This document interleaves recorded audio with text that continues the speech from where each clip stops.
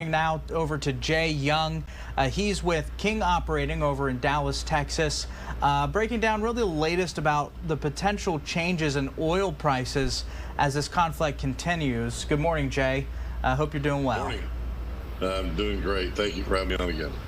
Well, thanks so much. Well, tell us now, we're now in the first week of this war between Israel and Hamas. How are the markets fluctuating? How are they taking this? Yeah, well, I mean, surprisingly, gasoline prices are going down for the minute, and they're not going to do that for a long time, But we're seeing a lot of disruption overseas. We're seeing a lot of things going on. I mean, it is really, really hard on the markets, especially when you talk about, every day the world needs 100 million barrels of oil, and any disruption in that whatsoever just hurts the market. Prices go up.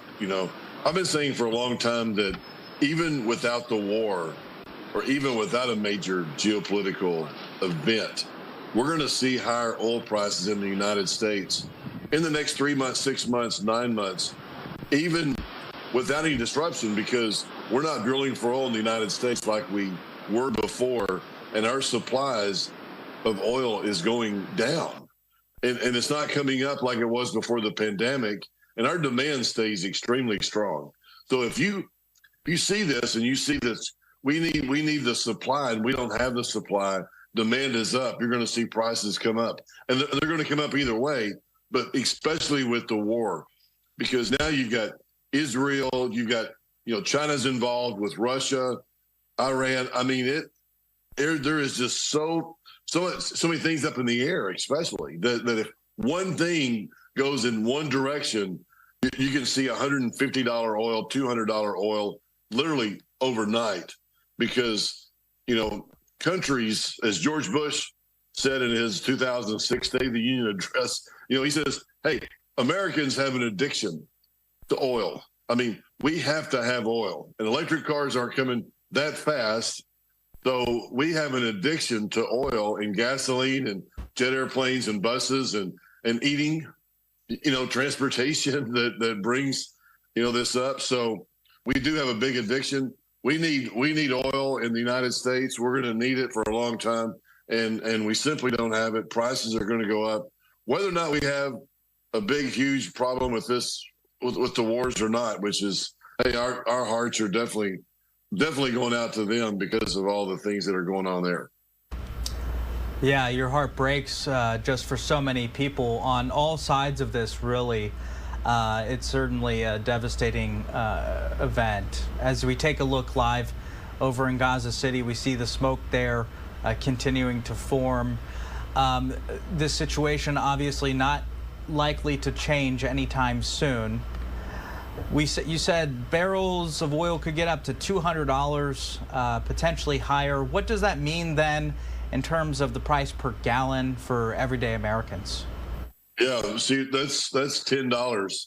They could easily see $10 gasoline. People are making some modifications now. We're seeing prices that aren't going up as high right now. There are some people out there that are making some modifications, but there's always going to be the people that want to drive. There's always going to be the people that want to go on vacations and things of that nature. So you will see, I mean, unless you live in California, and you're probably a lot of people in California listen to this too, your gasoline prices are going to be $12, $13, $14. I mean, it's going to go up. It is definitely going to go up. And of course, we don't need, we need oil for more products than just, gasoline for cars. I mean, 40% of a barrel of oil is used for cars. Now there's other transportation, there's other, asphalt, plastics. There's so many different products that we need for oil. And a lot of these world wars it's all about oil. It's all about oil and the addiction that we have, and that we've been known to have and get, obviously, from all the things that we love to do. I mean, there's not a lot of people or not a lot of things right now that are going on in the world that we don't need oil for every day of the week. And so we do need oil. We need things that are that are manufactured from oil, the plastics, the asphalt, like I said, cars, jet airplanes, all these different things. And that's the demand. And oil demand is going up, and it's going to go up for another decade. And our government's not too handy, if you will. They're not giving out permits. They're not allowing us to go out and drill anywhere. They're cutting back on a lot of things that they're doing on the drilling side. And it's just not a good thing it's just not good for all the different, people like us in the United States. And there's a lot of people that have been saying this, for a long time that these things are hurting the shale drillers. These things are hurting the people that go out and drill for oil and gas. And if they don't have the opportunity, if these oil and gas companies like King Operating, like our company, if we don't have if we just can't go out and drill for oil and gas and just do the things necessary, then that means that it kicks things down the road.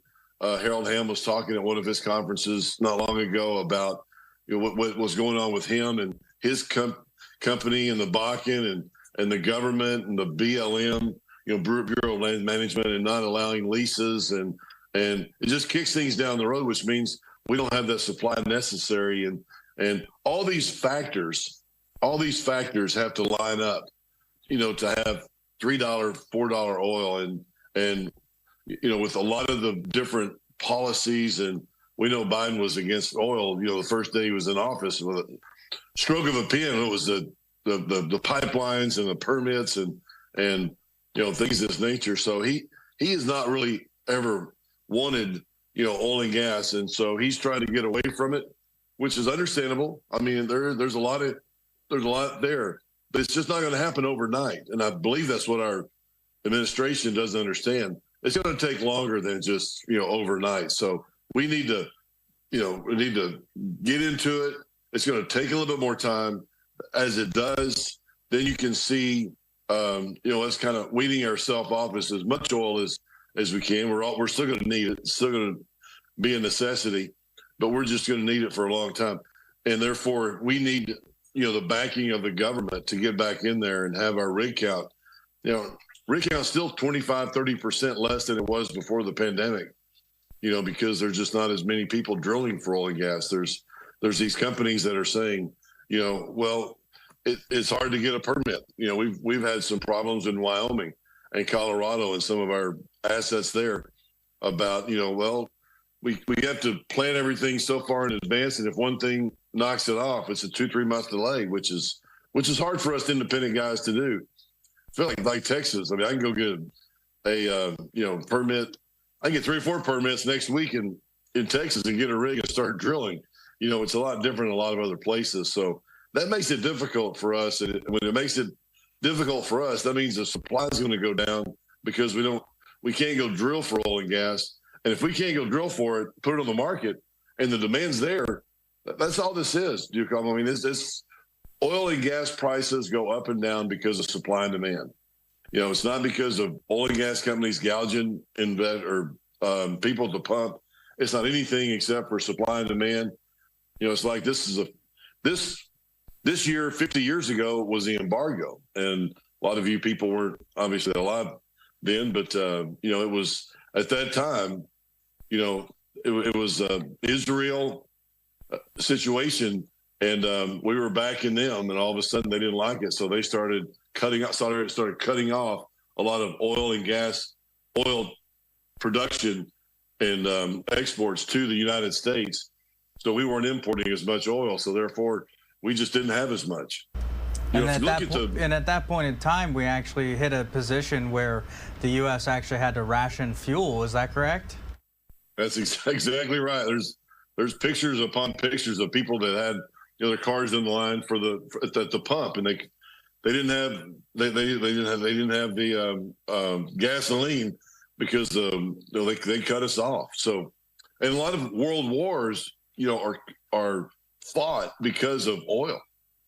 People definitely need oil. They need oil every day, and if we don't get it and prices go through the roof, it's just not good for good for society. Not good to pay that much at the pump. People will not drive. They can't do family vacations. It's just it affects a lot of different things in the country, which is we're not used to. We don't like, obviously. Absolutely. Jay Young there, an oil and gas expert with King Operating. We appreciate you joining the show. Thanks so much, Jay. Thanks, Jacob. I appreciate it. You have a great day.